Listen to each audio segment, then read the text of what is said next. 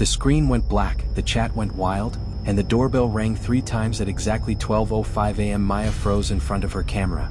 The title of her live stream glowed in red on the second monitor: Top Creepypasta and True Horror Stories in 2025. She had just said, "Let's read the last one," when a face appeared in the mirror behind her. No one she knew, no one in the room. At the same time, thousands of viewers typed the same sentence: "Don't turn around." The doorbell rang again. Her phone lit up by itself and started playing a voice memo she never recorded. In the glass, the stranger's mouth opened like it was trying to speak through her reflection. Maya stood up fast, reached for the light switch, and every bulb in the apartment flickered off like a heartbeat stopping. The doorbell rang a third time. She took one step toward the hallway, and the mirror face reached forward as if it could step out. Everything had started 2 days earlier, when Maya decided to make a countdown video that people would actually remember. She loved scary stories, but she also cared about being honest and safe. Her plan was simple: pick 5 tales that were trending in 2025, explain where they came from, and tell people how to stay smart. Some were internet legends. Some were real reports from the news with names and places removed to protect privacy. She would not show anything that could harm someone. She would not say anything that promoted hate or violence. She would tell a spooky story, keep it clean, and give useful tips. That was her promise. Maya called her friends to help. Ethan did sound. Jordan checked facts. Lily watched the chat. They all met at Maya's place because it was quiet and had good Wi-Fi. They set up a single ring light, a mic on a stack of books, and a mirror on the wall to add a cool background. Maya said, "If this works, we can do 2 videos a day and hit our goal by Thanksgiving." Ethan smiled. 2 a day? You better stock up on coffee. Jordan opened a laptop and said, "First, let's list the stories." They picked 5. Number 5 was He Knocked at 12:05, a fresh spin on the midnight doorbell tale. The rule was simple: never open the door when it rings at 12:05 a.m., no matter who calls your name. Number 4 was The Mirror Filter, about a face that shows up only in reflections when you stream at night. Number 3 was The Empty Live Stream, where a camera keeps counting views even when the room is empty. Number 2 was The Vanishing Exit, a true kind of story. Someone takes a wrong highway exit and drives in circles because every sign points back to the same road. And number 1 was The Voice That Knows Your Name, about a phone that plays a voice memo you never made saying things it should not know. They wrote a plan. Each segment would start with a hook, then a short backstory, then a practical safety tip. Maya even typed a calm note to read out loud: "This is for entertainment and awareness. Stay safe, be kind, and always follow local laws." She practiced saying it with a steady voice. Felt good. It felt responsible. The first small odd thing happened at dinner. They ordered pizza and watched a beta cut of the intro. When the title card flashed, Top Creepypasta and True Horror Stories in 2025, the TV sound popped like a bubble. No big deal. Then Lily's phone turned on its camera by itself for 2 seconds, then off. "Glitch," Ethan said. Jordan nodded. "Update your OS." Back at the desk, Maya recorded the voiceover for number 5. "If your doorbell rings at 12:05 a.m., she read, do not open it. If someone says your name from the other side, do not answer. Turn on a light. Call someone you trust. Look through a peephole if you must, but do not unlatch the chain." She looked up. "We need B-roll." Ethan aimed the camera at the apartment's front door and filmed the hallway. It looked normal: a mat, a shoe rack, a safe lock. He added a fake doorbell sound to test the beat. Ding dong. It echoed a little too long, like the audio stretched. He trimmed it. They moved on. For number 4, Maya turned to the mirror on the wall. "The mirror filter," she read, "is the idea that a live camera can catch a face that isn't in the room but only in glass. If this ever happens and the live stream, step into a lit area and ask a friend to check your home." She smiled and tried to keep it light. "Also, maybe stop streaming at 1 a.m. They took a break. The sun went down. The city got quiet in that way where faraway traffic sounds like the ocean. Maya put on a hoodie. Jordan made tea. Ethan tested the mic one more time. Everything felt normal again. Then the second small odd thing. Jordan watched old clips to check audio levels. In one clip, Maya walked past the mirror. In the mirror, very faint, another shape turned its head a second after she was gone. It was probably a compression blur. Jordan rewound and looked again. The shape was still there. Jordan decided not to say anything yet. It was late and everyone was tired. "We'll punch in on a different angle," Jordan said quietly to themselves. They started the live stream at 11:30 p.m. because most of Maya's audience was in the US. and it fit the time zones well. The chat filled up with friendly names and bad emojis. Maya waved and said the safety note right away. This is for entertainment and awareness. Stay safe, be kind, and follow local laws. She smiled at the camera. She was careful with her words. She did not show anything private. She did not share addresses. She did not use real names. The first 10 minutes were fun. People used the flashlight emoji during the spooky parts. The views climbed. Maya got to number 3, the empty live stream. She told the story of a classroom camera that counted viewers at night even when no one was there. She explained it could be a server bug or a looping embed. Tech gets weird, she said. Don't jump to fear. The chat posted true, true, true, and laughed. It felt safe. It felt like Halloween but with rules. When the clock hit 12:03, Maya took a breath and said, "Number 5, he knocked at 12:05. The chat loved that. Someone wrote, "Try the bell." Another wrote, "No, don't." Maya said, "We do not do dangerous challenges here." The doorbell rang again. Ethan whispered, "It's probably someone drunk, wrong apartment." Lily typed a message for the audience, "We're safe. We won't open the door." Jordan checked the hallway camera. The feed showed the door, the mat, the shoe rack.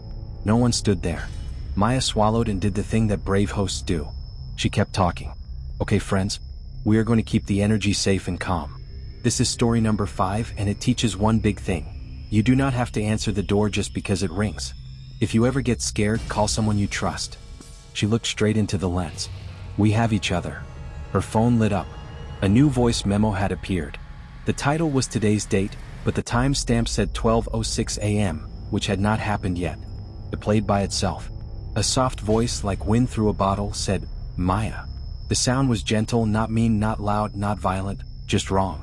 Ethan reached for the phone to stop it, but the screen would not respond. The chat began to paste the same sentence over and over from different accounts. "Don't turn around." Maya took one more breath. She looked into the camera and said, "We are pausing the countdown.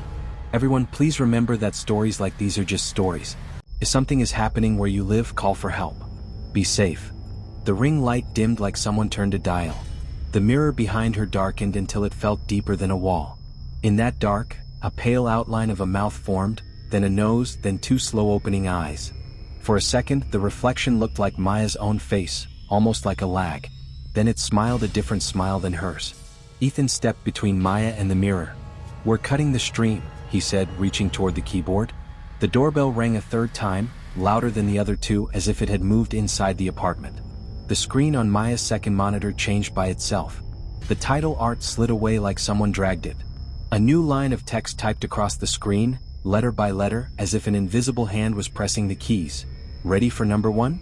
The mirror face leaned forward until its forehead touched the glass.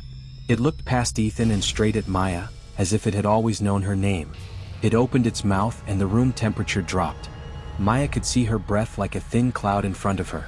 She took one step toward the hallway, thinking about the safety tip she gave a minute ago, thinking about calling someone, thinking about turning on every light. The mirror face raised its hand inside the glass, palm to the surface, like it was testing a thin layer of ice. And then, without a sound, its fingers pushed through. The fingers slid through the mirror like it was made of water. Maya gasped, stumbling back against the desk. The chat went wild with flashing red emojis, thousands of viewers spamming the same phrase, "Get out now." Ethan slammed his palm against the monitor's power button, but the screen refused to shut off. The pale hand stretched further, dripping something that looked like mist, its outline sharper with every inch it crossed into the room. The sound in the apartment shifted. At first it was silence, then a low hum like an old refrigerator buzzing. But the hum grew louder, becoming almost a voice, though no words could be heard. The lights flickered once, twice, then went completely dark. In that blackness, the only glow was from the monitor and the faint white shine of the hand still pushing through. Maya tried to scream, but her throat locked. Her body froze as if invisible strings held her in place. Ethan grabbed her arm hard, shaking her. "Move. Now." His voice broke her trance and she stumbled toward the door. But the doorbell rang again, this time echoing inside her head, vibrating in her chest like a heartbeat. Jordan flipped on the hallway camera feed again, desperate to see who was outside. The screen glitched. For half a second, the hallway appeared normal. Then, the video froze on an image of a tall figure standing just beyond the door, its face hidden under the shadow of a hood. The figure didn't move, didn't blink, but its head was tilted too far, like its neck had bent at the wrong angle. Lily whispered, "This isn't funny anymore. We need to call the police." She reached for her phone. The screen lit up by itself, not on the dialer, but showing the same mirror image as Maya's wall. Only this time the pale face was clear, smiling at her through her lock screen. The mirror hand pulled harder, and with a sound like wet paper tearing, its whole arm slid free.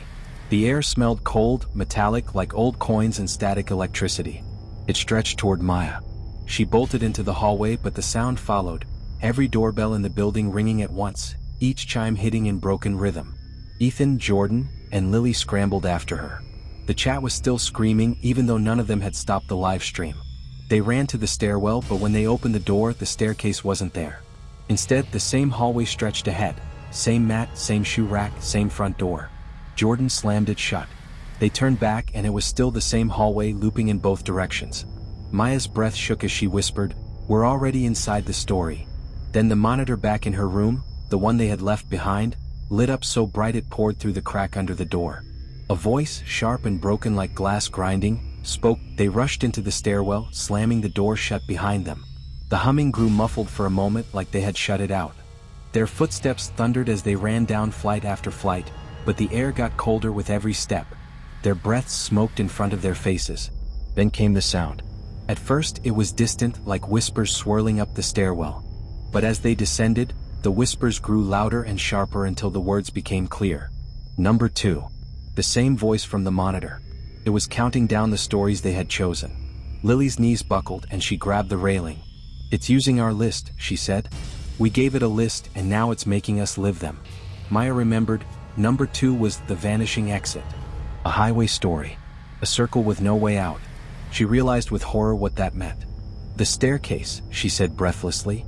"It doesn't end." They stopped. Looked up. Looked down. No matter where they turned, the staircase stretched forever, curving into black. The whispers now surrounded them, coming from every direction. Jordan gritted his teeth. "We're not staying here." He pulled open a random door on the landing. For a split second, it showed the apartment hallway again. Then it flickered, showing something else. A long road under a black sky, lit only by streetlights. "The exit," Maya whispered. They had no other choice. One by one they stepped through. The moment Maya's foot touched the road, the stairwell slammed shut behind them like a vault door. The 4 of them stood in the middle of an empty street. The air smelled of rain and tar.